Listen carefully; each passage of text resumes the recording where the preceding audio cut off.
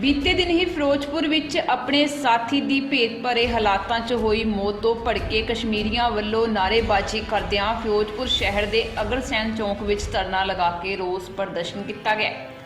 इस मौके जानकारी दिंदियां कश्मीर के रहने वाले नसीर अहमद ने दस्सिया कि उन्हां दा एक साथी मुस्ताक जिसकी उम्र 37 साल सी, जो फिरोजपुर विच पिछले 4 महीनों तो फेरी का काम करता सी।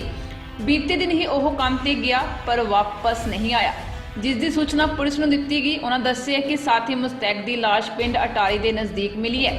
प्रदर्शन करदियां कश्मीरियां ने इंसाफ की मांग की है। इस दे नाल ही उन्हां दे मन विच डर पैदा हो गया है। उन्हां वल्लों यह शंका जताई जा रही है कि उन्हां दे साथी का कतल किया गया क्योंकि लाश नूं बोरी विच पा के सुट्टिया गया सी। रोज प्रोटेक्शन कर रहे हो, किसी बात को लेकर? जी सर, ये प्रोटेक्शन उस वजह से है कि हमारे एक बंदे को बेदर्दी से कत्ल कर दिया गया है। सर हम कश्मीर से आए हैं, जम्मू कश्मीर से आए हैं, यहाँ पे शॉल बिजनेस करते हैं। वो बंदा पिछले 10-15 सालों से यहाँ आ रहा है। हमारी एक रूटीन है, हम सीजन में आके नवंबर में आके यहाँ पे अपने इन भाइयों को, जिनके पास जो गरीब लोग होते हैं उनके पास पैसे वक्त पे नहीं होते, तो हम उनको उधार दे के जाते हैं। 10-10 हज़ार 5-5 हज़ार का वो शाल उधार दे के जाते हैं। हम उनसे कहते हैं कि 3 महीने बाद हमारे पैसे आप वापस कर देना, जब हम घर जाने के टाइम में आपसे पैसे ले लेंगे। तो यही उधार लेने का अभी सिलसिला ख़त्म हो गया। अब हम पैसे इकट्ठे कर रहे हैं। पैसे जमा करने के लिए सवेरा बंदा 8 बजे मुश्ताक अहमद मीर सवेरे 8 बजे निकला क्वार्टर से, तो 12 बजे के करीब उसे ठेकेदार ने फ़ोन करके बताया कि मैंने आपके लिए खाना पकाया, आप आ जाओ। उसने कहा कि मुझे थोड़ा टाइम लगेगा, मैं थोड़ा देर से आ रहा हूँ, कोई बात नहीं, आप खाना खा लो। जब 4 बजे जब हमने फिर से फ़ोन लगाया तो फ़ोन स्विच ऑफ आ रहा था, कोई भी पता नहीं चल रहा। हमें पता था कि 4-5 बजे हम लोग घर पहुँच जाते हैं, क्वार्टर पे पहुँच जाते हैं, लेकिन जब 5 बज गए नहीं आया, 6 बजे तो नहीं आया। जब हमने देखा कि 6 बजे तक बंदा नहीं आया तो हम उसे ढूंढने के लिए पिंडों में गए, बहुत सारी जगह को ढूंढा लेकिन कहीं नहीं मिला। जब हमें तसल्ली हो गई, ढूंढते ढूंढते थक गए, तो हम सीधा सदर थाने में रिपोर्ट लिखाने के लिए गए। वहाँ पे रिपोर्ट लिखाया। रात भर हम जागे रहे, भूखे रहे, प्यासे रहे कि कहीं ना से कहीं हमें इंफॉर्मेशन मिलेगी, कहीं ना कहीं उसका पता मिल जाएगा। तो जब सवेरे हम फिर से 5 बजे उठे, 5 बजे फिर से उसे ढूंढने के लिए पेंडू में निकले, तो 9 बजे करीबन 9:30 के करीब वहाँ में फ़ोन आया पुलिस की तरफ से कि किसी बंदे की लाश बहादुर सिंह वाला गुरुद्वारे के कोल पड़ी हुई है।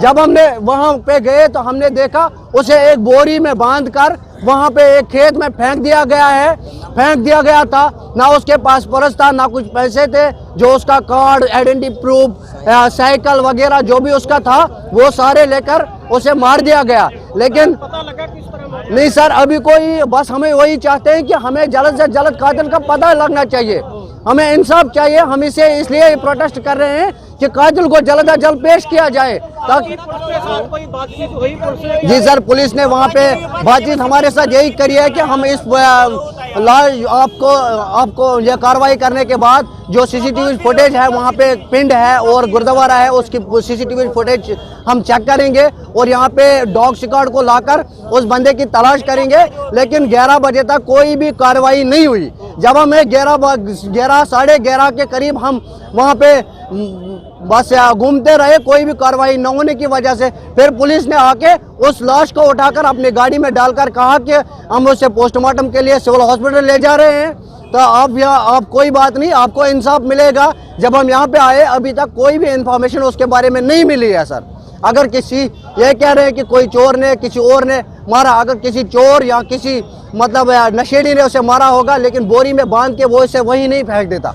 अब आपका ये धरना कब तक जारी रहेगा? सर जब तक हमें इंसाफ मिले, जब तक हमें इंसाफ नहीं मिलेगा तब तक चाहे 1 महीना क्यों ना बीते, हम इसी धरती पे खड़े हैं, इसी रोड पे खड़े रहेंगे इंशाअल्लाह। की नाम है? ਮਨਿੰਦਰਪਾਲ ਸਿੰਘ ਹੈ ਜੀ।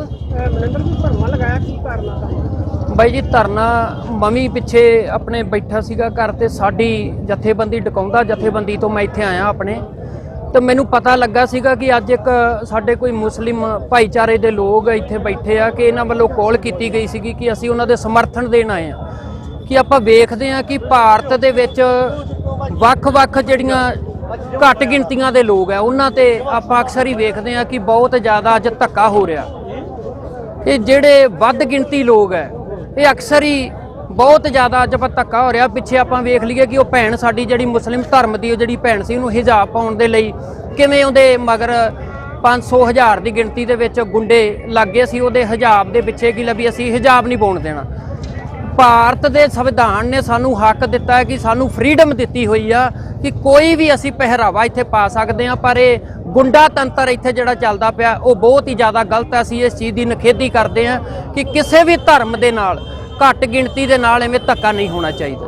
ਹਾਂਜੀ, ਅੱਜ ਦੇ ਦੱਸਿਆ ਜਾ ਰਿਹਾ ਹੈ ਕਿ ਉਸ ਨੌਜਵਾਨ ਦਾ ਕਤਲ ਕੀਤਾ ਗਿਆ ਹੈ। ਬਿਲਕੁਲ ਹਾਂਜੀ। ਗੋਲੀ ਵਿੱਚ ਉਹਦੀ ਲਾਸ਼ ਮਿਲੀ ਆ। ਹਾਂਜੀ। ਉਹਨਾਂ ਦਾ ਟਾਈਮ ਆ ਉਹਨੂੰ ਰਸਤਾ ਕਿਵੇਂ ਦੇਖਦੇ? ਇਹ ਵੇਖੋ ਜੀ, ਪੰਜਾਬ ਜਿਹੜਾ ਹਰ ਧਰਮ ਦੇ ਇੱਥੇ ਲੋਕ ਰਹਿੰਦੇ ਆ, ਭਾਵੇਂ ਹਿੰਦੂ ਮੁਸਲਿਮ ਸਿੱਖ ਈਸਾਈ ਹਰ ਧਰਮ ਦੇ ਲੋਕ ਰਹਿੰਦੇ ਔਰ ਆਪਸੀ ਉਹਨਾਂ ਦਾ ਭਾਈਚਾਰਾ ਬਹੁਤ ਕਾਇਮ ਹੈ ਤੇ ਪੰਜਾਬ ਦੇ ਵਿੱਚ ਲੋਕ ਰਲ ਮਿਲ ਕੇ ਰਹਿੰਦੇ ਆ। ਸੋ ਪਰ ਇਹ ਲਾਂਬੂ ਲਾਉਣ ਦੀਆਂ ਜਿਹੜੀਆਂ ਕੋਸ਼ਿਸ਼ਾਂ ਕੁਝ ਕੁ ਮਹੀਨਾ ਤੋਂ ਪਹਿਲਾਂ 2 ਮਹੀਨੇ ਹੋ ਗਏ ਆ ਕਿ ਲਾਂਬੂ ਲਾਉਣ ਦੀ ਅੱਜ ਜਿਹੜੀ ਕੋਸ਼ਿਸ਼ ਕੀਤੀ ਜਾ ਰਹੀ ਆ। ਕਦੀ ਕਿਸੇ ਤੇ ਅਤਿਆਚਾਰ ਹੋ ਜਾਂਦਾ, ਕਦੀ ਸਿੱਖਾਂ ਤੇ ਅਤਿਆਚਾਰ, ਕਦੀ ਮੁਸਲਿਮ ਵਰਗ ਤੇ, ਕਦੀ ਆਪਾਂ ਦਲਿਤ ਵਰਗ ਦੀ ਗੱਲ ਕਰ ਲਈਏ ਇਹਨਾਂ ਤੇ ਅਤਿਆਚਾਰ ਹੋ ਜਾਂਦਾ। ਹਮੇਸ਼ਾ ਹੀ ਉਹਨਾਂ ਨੂੰ ਟਾਰਗੇਟ ਕੀਤਾ ਜਾਂਦਾ ਕਿ ਜਿਹੜੇ ਲੋਕ ਘੱਟ ਗਿਣਤੀਆਂ ਦੇ ਵਿੱਚ ਨੇ। ਹੁਣ ਇਹ ਧਰਨਾ ਕਦੋਂ ਤੱਕ ਜਾਰੀ? ਧਰਨਾ ਉਨੀ ਦੇਰ ਇਹ ਰਹੂਗਾ ਜੀ ਜਿੰਨੀ ਦੇਰ ਅਸੀਂ ਆਪਣੀ ਸਿੱਖ ਭਾਈਚਾਰੇ ਵੱਲੋਂ ਵੀ ਅਸੀਂ ਸਾਰੇ ਇੱਥੇ ਵੀਰ ਇਕੱਠੇ ਹੋਏ ਆ।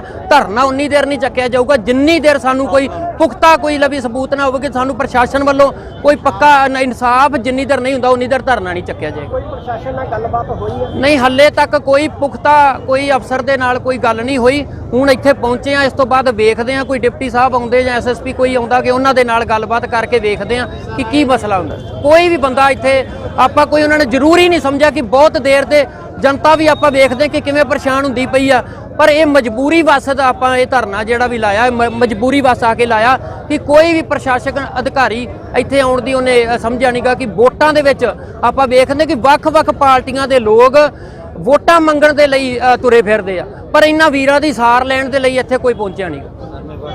ਸਰ ਧਰਨਾ ਲੱਗਾ ਕੀ ਹੈ ਮਾਮਲਾ?